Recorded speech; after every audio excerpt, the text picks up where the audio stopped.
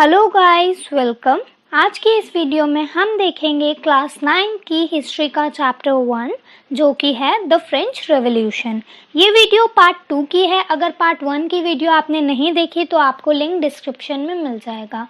इस वीडियो में हम टॉपिक 4 से स्टार्ट करेंगे जो कि है did womens have a revolution, कि क्या वुमेन्स ने भी कोई रेवोल्यूशन किया, उन्होंने भी कोई स्ट्रगल किया या फिर कोई मूवमेंट किया।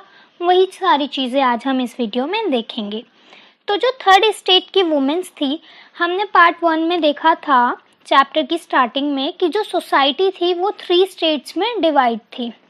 फर्स्ट में क्लर्जी थे, सेकंड में नोबिलिटी मतलब किंग और उसकी फैमिली, और थर्ड में थे कॉमन पीपल जैसे बिजनेसमैन हो गए या फिर फार्मर्स हो गए, और जितने भी सर्वेंट्स वगैरह थर्ड स्टेट में आ जाते हैं। तो जो थर्ड स्टेट की वुमेन्स थी उनको काम करना पड़ता था अपने जीने के लिए, अपने रहने के लिए। तो वो क्या क्या काम करती थी वो देख लेते हैं। वो सेल करती थी वेजिटेबल्स को, फ्रूट्स को और फ्लावर्स को मार्केट में, और उनको बिल्कुल भी राइट नहीं था किस चीज़ का, एजुकेशन का और जॉब ट्रेनिंग का। थर्ड स्टेट की वुमेन्स को राइट नहीं था एजुकेशन और जॉब ट्रेनिंग का, बट जो नोबल्स की डॉटर होती थी या फिर थर्ड स्टेट के जो रिच मेंबर्स होते थे उनकी डॉटर्स होती थी, उनको राइट था एजुकेशन लेने का और जॉब ट्रेनिंग लेने का। और थर्ड स्टेट की वुमेन्स को अपनी फैमिली के लिए भी काम करना पड़ता था, जैसे कि उनके लिए खाना बनाना पड़ता था, दूर से जाके पानी भर के लाना पड़ता था, और लंबी लंबी लाइनों में ब्रेड के लिए खड़े रहना पड़ता था। और ये जो वुमेन्स थी थर्ड स्टेट की, इन्हें काम में आधा ही वेज मिलता था। मतलब कि जो मैन है और वुमेन है, अगर दोनों जने सेम काम कर रहे हैं किसी शॉप पे या फिर किसी साइट पे, तो जो वुमेन्स है उसको कम पैसे मिलेंगे उसी काम के, और जो मैन है उसको ज़्यादा पैसे मिलेंगे। क्यों? बिकॉज इसीलिए क्योंकि वो वुमेन है और वो मैन है, इसीलिए नहीं कि दोनों का काम कंपेयर किया जाएगा कि किसने काम ज़्यादा किया किसने कम किया। सिर्फ जेंडर के बेस पे ही ये पैसे उन्हें कम देते थे। अब सेकेंड चीज़ क्या हुई कि इन्होंने यही चीज़ें देखते हुए कि भाई ना तो हमें राइट है एजुकेशन का, ना ही हमें जॉब ट्रेनिंग मिल रही है, और हमें जो हमारा काम है, हम जो लेबर लगा रहे हैं अपनी, तो उसमें भी हमें आधा ही वेज मिल रहा है, ढंग से पैसे भी नहीं दे रहे। तो इन्होंने अपने लिखने शुरू कर दिए न्यूज़पेपर्स और अपने पॉलिटिकल क्लब्स बनाना स्टार्ट कर दिए। किन्होंने? थर्ड स्टेट की वुमेन्स ने। इसमें से हमें बुक में फेमस क्लब का नाम भी दे रखा है जो कि है the society of revolutionary republic women. You have to remember it. और अगर इन्होंने न्यूज़पेपर लिखना स्टार्ट कर दिए या फिर अपने पॉलिटिकल क्लब बनाना स्टार्ट कर दिए तो इनकी कुछ डिमांड भी तो होगी। तो वो डिमांड देखते हैं। ये चाहती थी कि हमें भी भाई सेम पॉलिटिकल राइट्स चाहिए जो कि मैंस को मिले हुए हैं। और जो वुमेन्स थी वो बहुत ज़्यादा निराश थी, बहुत ज़्यादा डिसअपॉइंटेड थी। किससे? जो कॉन्स्टिट्यूशन बना था 1791 का, उसमें इन्हें एज अ पैसिव सिटीजन्स बोल दिया गया था। पैसिव सिटीजन्स कौन होते हैं? हमने पहले देखा था लास्ट वीडियो में कि जो वोट नहीं दे सकते। अगर हम अपनी कंट्री की बात करें तो हम अगर 18 साल से कम हैं तो हम वोट नहीं दे सकते, तो हम हो गए पैसिव सिटीजन्स। उधर क्या होता था कि ये वुमेन्स हैं, जेंडर के बेस पे कि वुमेन्स हैं तो वोट नहीं दे सकती, तो इन्हें एज अ पैसिव सिटीजन्स बोल दिया गया था। तो ये बहुत ज़्यादा उस बात से निराश थी। अब क्या हुआ? इन्हें चाहिए था राइट टू वोट, कि भाई जो असेंबली आएगी हम उसको इलेक्ट करना चाहते हैं, हम भी चाहते हैं कि हमारी पसंद की गवर्नमेंट आए, और हम भी जो पॉलिटिकल ऑफिसेज हैं उनको होल्ड करना चाहते हैं, उनको चलाना चाहते हैं।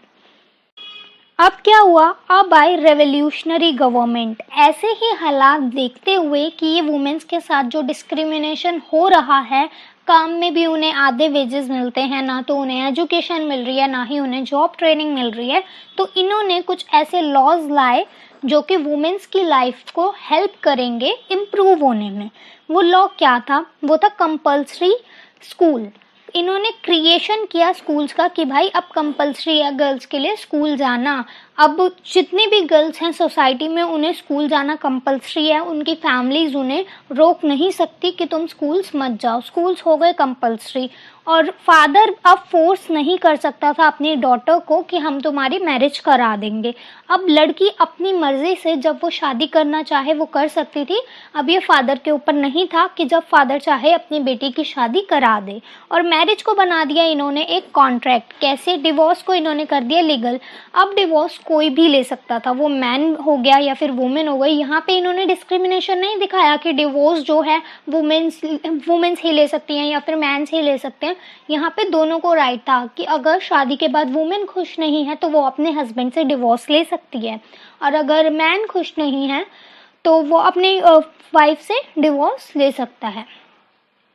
नेक्स्ट चीज़ क्या हुई, इन्होंने वुमेन्स को देनी स्टार्ट कर दी ट्रेनिंग, और किसी लिए देनी स्टार्ट कर दी कि भाई जो अपने वो जॉब्स कर सके या फिर अपने छोटे मोटे बिजनेस को चला सके। और अब आता है पीरियड रेन ऑफ टेरर का, टाइम आता है रेन ऑफ टेरर का। हमने देखा था अभी पीछे कि रेन ऑफ टेरर कौन सा पीरियड है। रेन ऑफ टेरर है 1793 से 94 तक के पीरियड को बोला जाता है रेन ऑफ टेरर, जब मैक्सिमिलियन की गवर्नमेंट आई थी। अब इसमें क्या हुआ, इसमें आती है न्यू गवर्नमेंट जो कि कुछ ऐसे लॉज बना देती है जिसमें बोला जाता है कि ये जितने भी पॉलिटिकल क्लब्स चल रहे हैं वुमेन्स के, इसको कर दो तुम बंद। प्लस ये कह देते हैं कि जितने भी वुमेन्स हैं उनकी सारी पॉलिटिकल एक्टिविटीज़ को हम बंद करते हैं। अब कोई भी जाकर अपने कुछ क्लब्स बना के या फिर ग्रुप बना के इन विषय पर बात नहीं कर सकता, इन सब्जेक्ट्स पे बात नहीं कर सकता, उन एक्टिविटीज़ को कर दिया इन्होंने बैन। नेक्स्ट चीज़ क्या हुई, जो प्रोमिनेंट लीडर्स थी, मतलब फेमस लीडर थी, अगर कोई ग्रुप है या फिर मान लो कि जैसे हमारी क्लास है उसमें कोई फेमस बच्चा होता है कि जो ज़्यादा पढ़ने में अच्छा होता है, तो ऐसे ही ग्रुप की जो प्रोमिनेंट लीडर्स हैं, फेमस लीडर्स हैं, उनको कर लिया इन्होंने अरेस्ट, प्लस उन्हें मरवा दिया गया। पर वुमेन्स का जो स्ट्रगल है, मूवमेंट्स हैं, अभी भी रुकते नहीं हैं, अभी भी चलते जाते हैं छोटे स्टेज पर, बट अभी भी चलते जाते हैं। क्यों वो स्ट्रगल कर रही थी, उन्हें चाहिए था वोटिंग राइट और इक्वल वेजेस, कि भाई काम जब हम सेम कर रहे हैं तो हमें वेजेस भी तो इक्वल दो, हमें हमारी सैलरी भी तो इक्वल दो जब हम लेबर पूरा लगा रहे हैं। और इन्हें वोटिंग राइट्स भी चाहिए थे। ये असेंबली ऐसी लाना चाहते थे, गवर्नमेंट ऐसी लाना चाहते थे जो इनके पसंद की हो, जो इनके लिए काम करे। बट फाइनली इन 1946 ये जीत जाती हैं वुमेन्स और इन्हें राइट टू वोट मिल जाता है और ये हैप्पी हो जाती हैं। अब देखेंगे topic 5, the abolition of slavery. First आपको ये पता होना चाहिए कि एबॉलिशन का मतलब क्या होता है या फिर स्लेवरी का मतलब क्या होता है। एबॉलिश का मतलब होता है किसी चीज़ को ख़त्म कर देना, और स्लेवरी का मतलब होता है कि जैसे कोई दास वगैरह हम रख लेते हैं, अब वो हमारी मर्जी के खिलाफ नहीं जा सकता, अब हम उसे जो काम बोलेंगे उसको वही करना पड़ेगा। फर्स्ट मैं आपको इसमें ये बता देती हूँ कि इसको अबॉलिश किसने किया था, जैसा कि इस टॉपिक का नाम ही है द एबॉलिशन ऑफ स्लेवरी। तो इसको अबॉलिश किया था जैकोबिन क्लब था जो, जिसके बारे में हमने पढ़ा था, उसने किया था स्लेवरी को एबॉलिश। अब क्या होता था, जो फ्रांस की कॉलोनीज थी, अब देखते हैं कि ये स्लेवरी क्या था, पूरा इसको समझते हैं। जो फ्रांस की कॉलोनीज थी, कॉलोनीज मतलब जैसे हम एक ब्रिटेन की कॉलोनी थी, ऐसे ही फ्रांस की भी कुछ कॉलोनीज थी जिसके ऊपर फ्रांस ने अपना राज जमा रखा था। वो कहाँ पे थी, वो थी कैरेबियन रीजन में। कौन कौन सी थी, Martinique, Guadeloupe and Saint Domingo. This is important, आपको याद करना है ये तीनों कॉलोनीज के नाम, फ्रांस की कॉलोनीज के नाम। अब क्या होता था, इन्हीं कॉलोनीज में से फ्रांस में आता था tobacco, Indigo, sugar and coffee, ये चीज़ें आती थी। और इन चीज़ों को प्लांट करने के लिए, इन चीज़ों को ग्रो करने के लिए, उगाने के लिए वहाँ पे चाहिए लेबर, बट वहाँ पे हो गई लेबर की शॉर्टेज। यही लेबर की शॉर्टेज की वजह से ही आया एक कॉन्सेप्ट जिसे हम बोलते हैं ट्रायंगुलर स्लेव ट्रेड। ये बहुत इंपॉर्टेंट क्वेश्चन है, मे बी इस पे क्वेश्चन भी आ सकता है। अब देखते हैं कि ट्रायंगुलर स्लेव ट्रेड क्या था और किन कंट्रीज़ के बीच में होता था। ये होता था यूरोप के बीच में, अफ्रीका के बीच में और अमेरिका के बीच में। क्या होता था, ट्रायंगुलर स्लेव ट्रेड। अब 3 कंट्रीज़ हैं तो ट्रायंगल तो बन ही गया। तो अभी देखते हैं इसको डिटेल में। सील्ड फ्रॉम, जो शिप्स हैं वो चलती हैं बॉर्डेक्स एंड नेनेट्स के पोर्ट से टू अफ्रीकन कोस्ट। मैप पे समझते हैं, जैसे ये हो गया फ्रांस मतलब यूरोप, और ये हो गया अफ्रीका, ये हो गया नॉर्थ अमेरिका और ये हो गया साउथ अमेरिका। अब क्या होता है, यहाँ के कुछ पोर्ट से जैसे कि बॉर्डेक्स हो गया या फिर नेनेट्स हो गया, यहाँ से शिप्स चलती हैं टू अफ्रीका। अफ्रीका में जाके यहाँ से वो लेबर्स को खरीदती हैं और लेबर्स को खरीदने के बाद यहाँ पे जाती हैं कैरेबियन रीजन में 3 महीने का सफ़र तय करके, क्योंकि ओशन रूट से वो जाते हैं तो टाइम तो लग ही जाता है। और यहाँ पे प्लांटेशन ऑनर्स को वो लेबर्स बेच देते हैं और यहाँ से वही सारी क्रॉप्स आती हैं यूरोप में। तो ये बन गया पूरा ट्रायंगुलर। मैंने यहाँ पे लिखा भी है कि स्लेव्स को लाते हैं बांध कर रख लेते हैं शिप्स में और लेकर आते हैं कहाँ पे, कैरेबियन रीजन में, मतलब अमेरिका में। और 3 महीने का टाइम इन्हें लगता है क्योंकि ओशन रूट से आते हैं, और प्लांटेशन ओनर्स को बेच देते हैं इन Caribbean reason.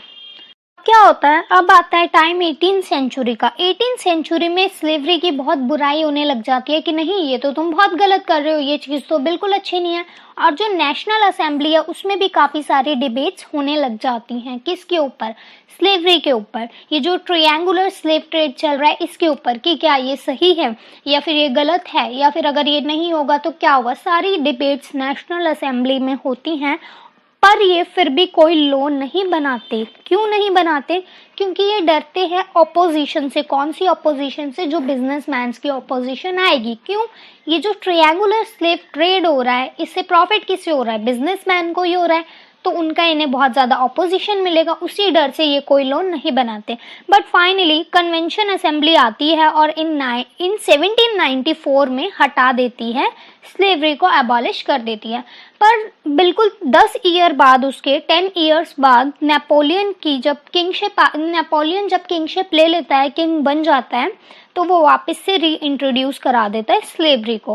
But finally slavery abolish हो जाती है फ्रांस की कॉलोनीज में इन 1848। दिस इज इम्पॉर्टेंट, आपको ये ईयर याद रखना है। अब देखते हैं टॉपिक 7 जो कि है the revolution and everyday life. अब क्या होता है, इम्पोर्टेंट लॉज बनने स्टार्ट हो जाते हैं। कब से, 1789 से इम्पोर्टेंट लॉज बनना स्टार्ट हो जाते हैं। जैसे कि एबॉलिश ऑफ सेंसरशिप। सेंसरशिप क्या होता है पहले तो ये समझ लो। जैसे कोई भी बुक, न्यूज़पेपर या फिर कोई प्लेज कैसे, मतलब जैसे कि अगर हम कोई नाटक वगैरह परफॉर्म करते हैं ना, जैसे कि कोई नुक्कड़ नाटक हो गया, जैसे हम उसमें कुछ जैसे इवेंट्स को दर्शा देते हैं कई बार, तो उसको भी कोई प्ले नहीं कर सकता था विदाउट अप्रूवल। किंग से अप्रूवल लेना पड़ता था। पहले आप ये समझो कि सेंसरशिप क्या है। जैसे कि अगर मैं न्यूज़पेपर लिखती हूँ तो मुझे पहले न्यूज़पेपर लिख के पूरा जाकर किंग से अप्रूवल लेना पड़ेगा कि हाँ ये सही है। लेकिन अगर किंग को कोई बात गलत लग रही है, अपने अगेंस्ट लग रही है, तो वो बोलेगा भाई ये वाली बात इसमें से हटा दो। तो ऐसे ही अप्रूवल लेना पड़ता था। सेंसरशिप थी न्यूज़पेपर्स पे, बुक्स पे और प्लेस पे कि तुम ना तो कोई नाटक प्ले कर सकते हो किंग के अगेंस्ट, ना ही कुछ न्यूज़पेपर और बुक्स में छाप सकते हो। अब क्या हुआ, डिक्लेयर हो गया राइट ऑफ सिटीजन्स। कुछ डिक्लेयर कर दिए राइट सिटीजन्स के लिए। वो कौन कौन से राइट थे, एक तो फ्रीडम ऑफ स्पीच। अब अगर किसी को किसी दूसरे लीडर की कोई बात बुरी लग रही है तो उसको राइट है कि भाई वो बोल सकता है नहीं यहाँ पे तुम गलत हो, या फिर यहाँ पे तुम्हारी ये बात मुझे गलत लग रही है। अब फ्रीडम हो गई स्पीच की। और क्या हुआ, फ्रीडम ऑफ एक्सप्रेशन। अब क्या हुआ, जब फ्रीडम इन्हें मिल गई कि ये अपना एक्सप्रेस भी कर सकते हैं व्यू, और अपनी जो इन्हें फ्रीडम मिल गई स्पीच की, अब क्या होता है, न्यूज़पेपर्स में, पैम्पलेट्स में और बुक्स में बहुत ज़्यादा फ्लड आ जाती है। कैसे, बहुत ज़्यादा न्यूज़ छपती है, बहुत ज़्यादा पिक्चर्स छपती हैं मोनार्क के बाद कि हाँ भाई अब हमें ये राइट मिल गया, अब हम कुछ भी छाप सकते हैं। तो मोनार्क के अगेंस्ट भी बहुत सारी चीज़ें छापी जाती हैं, गवर्नमेंट के अगेंस्ट भी बहुत सारी चीज़ें इसमें छापी जाती हैं।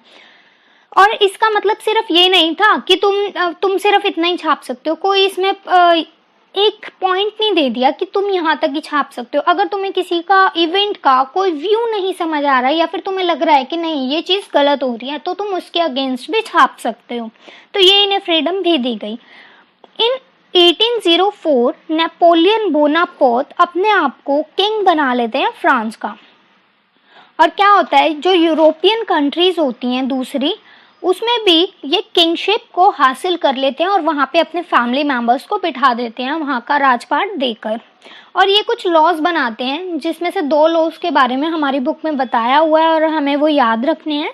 वो लॉज कौन से हैं, फर्स्ट है protection of private property and second है यूनिफॉर्म सिस्टम ऑफ वेट्स। ये 2 लॉज किसके द्वारा दिए गए थे, नेपोलियन बोनापार्ट के द्वारा, जिसने 1804 में अपने आप को किंग बना लिया था फ्रांस का, और वहीं से उसने स्टार्ट कर दिया था यूरोपियन कंट्रीज पे अपना राज करना। नेपोलियन बोनापार्ट की आर्मी बहुत ज़्यादा स्ट्रॉन्ग थी, बहुत ज़्यादा एडवांस थी, तो इसीलिए जो यूरोपियन कंट्रीज़ हैं वो बहुत ज़्यादा डरती थी नेपोलियन बोनापार्ट के अगेंस्ट जाने में, उसके खिलाफ कोई वॉर करने में, कोई बैटल करने में। बट फाइनली एक बैटल होता है जिसको नाम दिया गया है बैटल ऑफ वाटरलू इन 1815। उसमें क्या होता है, नेपोलियन बोनापार्ट हार जाते हैं बहुत बुरी तरीके से और फ्रांस को मिल जाती है आज़ादी। वहाँ पे मोनार्क सिस्टम हो जाता है ख़त्म और यहीं से आइडियाज़ डेवलप होने शुरू हो जाते हैं फ्रीडम के और राइट्स के। और अभी हम अपने नेक्स्ट चैप्टर में भी इसी से रिलेटेड देखेंगे कि फ्रेंच रेवोल्यूशन के बाद कैसे पूरे यूरोप में फ्रीडम और राइट्स के लिए आइडियाज़ इमर्ज होने लग जाते हैं। सो ये चैप्टर ख़त्म हो चुका है आपका, और इस चैप्टर में आपको कोई भी डाउट हो तो आप मुझे नीचे कमेंट सेक्शन में पूछ सकते हैं। Thank you for watching. अगर आपको वीडियो पसंद आई हो तो वीडियो को लाइक कर दीजिए, शेयर कर दीजिए और चैनल को सब्सक्राइब कर दीजिए।